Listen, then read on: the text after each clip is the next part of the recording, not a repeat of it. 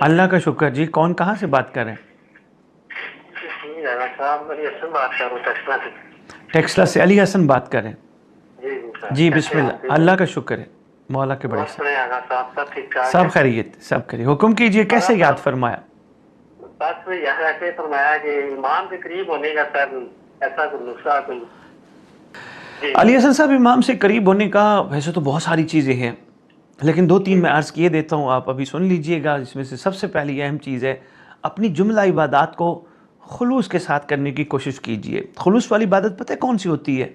جس میں صلے کی تمنا اور امید نہ رکھی جائے، جو لائق عبادت سمجھ کے عبادت کرنے کے طور پہ کی جائے، وہ خلوص والی عبادت ہوتی ہے. جس میں دکھاوا نہ ہو، جس میں کسی قسم کا لالچ نہ ہو، یعنی میں اگر یہ کر رہا ہوں تو خدا مجھے اس کا ضرور صلہ دے گا، میں یہ کر رہا ہوں تو آل محمد بھی مہربانی فرمائیں گے، کوئی دعا کریں گے میرے حق میں.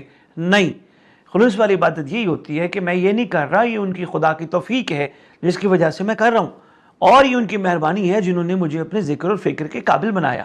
میری کیا اوقات ہے؟ اور یہ عبادات کر کے ہم اکثر اپنی زندگیوں میں یہ سوچ رہے ہوتے ہیں کہ ہم احسان لگا رہے ہیں. یہ ان کا احسان ہے جنہوں نے ہمیں عبادت کے قابل بنایا. ایک بات ہوگی. دوسری بات علی حسن صاحب، کوشش کرنی چاہیے امام کے قرب کے لیے ایک قانون بنا لیں.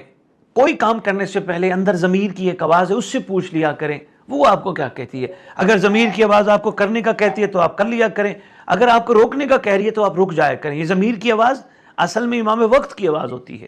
دو چیزیں ہو گئی. تیسری چیز، کوشش کیجئے شکم میں حرام کا لقمہ نہ جائے، کسی کا حق نہ جائے، کیونکہ امام کا قرب ایسے نہیں ملتا.